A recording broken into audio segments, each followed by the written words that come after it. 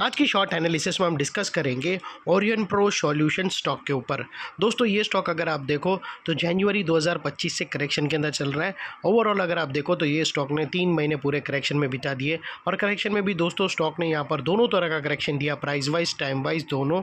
पहले price wise correction दिया जहाँ पर ये stock deep down side correct हुआ, फिर साइडवे कंसोलिडेशन करी टाइम वाइज करेक्शन में और अल्टीमेटली यहाँ पर दोस्तों स्टॉक ने मल्टीपल पॉजिटिव फैक्टर्स ट्रिगर किए हैं, जिसके तहत ये स्टॉक करंट लेवल से अपसाइड में 15 से 18% अपसाइड मूव दे सकता है। लेकिन फ्रेंड्स यहाँ पर कोई भी हमारी बाय सेल होल्ड रिकमेंडेशन बिल्कुल भी नहीं है। ये प्योरली एजुकेशन पर्पस से मैं अपना पॉइंट ऑफ व्यू आप लोगों के सामने शेयर कर रहा हूँ।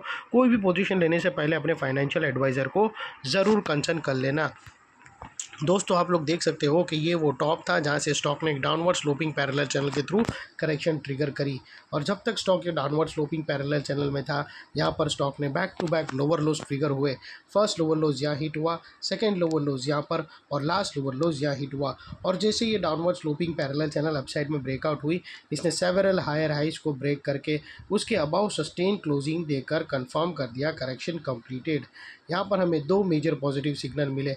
पहले तो इसने डाउनवर्ड स्लोपिंग पैरेलल चैनल को अपसाइड में ब्रेक किया, सेकेंडली इसके जो लोअर लोज थे वो हायर हाइज में शिफ्ट हुए, जो हमें कंफर्म करता है कि स्टॉक के अंदर टेम्पररी बॉटम लग गई है एज लॉन्ग एज इसके लोअर लोज प्रोटेक्टेड है। अगर लोअर लोज थ्रेट होते हैं क्लोजिंग बेसिस में तो फिर से डाउनसाइड करेक्शन ट्रिगर हो सकती है। और फ्रेंड्स बात कर लेते हैं यहाँ पर डाइवर्शन की। तो दोस्तों अगर आप RSI डालकर चेक करो तो आपको यहाँ पर क्लियरली पॉजिटिव डाइवर्शन विटनेस होगा। प्राइस एक्शन के जो लास्ट लोअर लो स्विंग अगर आप देखो तो वो कंटिन्यूसली दोस्तों डाउन साइड की तरफ टिल्ट हुए हैं। फ्रेंड्स अगर आप देखो तो ये डाउन साइड के टिल्ट हुए और यही RSI के अपसाइड में टिल्ट होकर यहाँ से हमें फर्स्ट ब्रेकआउट मिल रहा है जो एक अपसाइड मोमेंटम पंप कर सकता है स्टॉक के अंदर। और अल्टीमेटली दोस्तों बात कर लेते हैं चार्ट पैटर्न की। उसके पहले दोस्तों अगर आप देखो तो यहाँ पर हमें टर्मिनल इलियट वेव का टर्मिनल इम्पल्स ट्रायंगल पैटर्न यहाँ पर भी हमें ब्रेकआउट होता हुआ क्लियरली आइडेंटिफाई होता है। दोस्तों अगर आप यहाँ से देखो तो क्लियरली हमें एक टर्मिनल इम्पल्स के थ्रू ये उसकी इनसाइड की 5 वेव दोस्तों, वेव 1, वेव 2, वेव 3 और ये वेव 4 और ये फाइनली वेव 5 दोस्तों, ये हमें यहाँ पर क्लियरली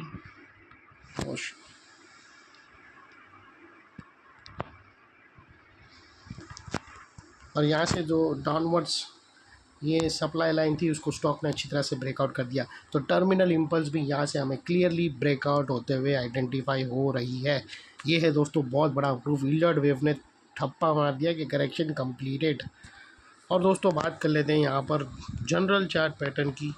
दोस्तों अगर आप देखो तो यहाँ पर हमें एक दोस्तों राउंडिंग बॉटम पैटर्न ब्रेकआउट होते हुए आइडेंटिफाई होती है।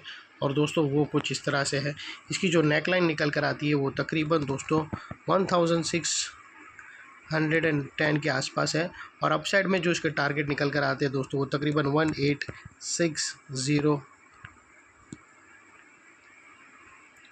1860 के आसपास का इसका टारगेट निकल कर आता है। और दोस्तों बात कर लेते हैं स्टॉप लॉस की। तो यहाँ पर मल्टीपल ऑप्शन अवेलेबल है। आप अपने एडवाइज़र को पूछकर ब्रेकआउट कैंडल के लो के नीचे नहीं रख सकते क्योंकि यहाँ पर risk to reward ratio favourable नहीं रहेगा। लेकिन जो भी स्टॉप लॉस रखो इतना मेक श्योर करना आपका risk to reward ratio at least 1:2 या मिनिमम 1:1.5 रहना चाहिए। और फाइनली फ्रेंड्स जैसे ये स्टॉक 2000 के ऊपर क्लोजिंग देगा तो इसके अंदर हायर टाइम फ्रेम की बड़ी पैटर्न ब्रेकआउट होंगी, जिसके बाद ये स्टॉक के टारगेट और भी अपसाइड में रिवाइज हो सकते हैं। और फाइनली फ्रेंड्स नेकलाइन के पास का ये एरिया एक इम्पोर्टेंट सपोर्ट का काम करेगा बिकॉज दोस्तों मल्टीपल पॉजिटिव फैक्टर्स यहाँ पर ही एक्शन में आते हुए मिले। यही एरिया पे हमने डाउनवर्ड स्लोपिंग पैरेलल चैनल को अपसाइड में ब्रेकआउट होता हुआ देखा।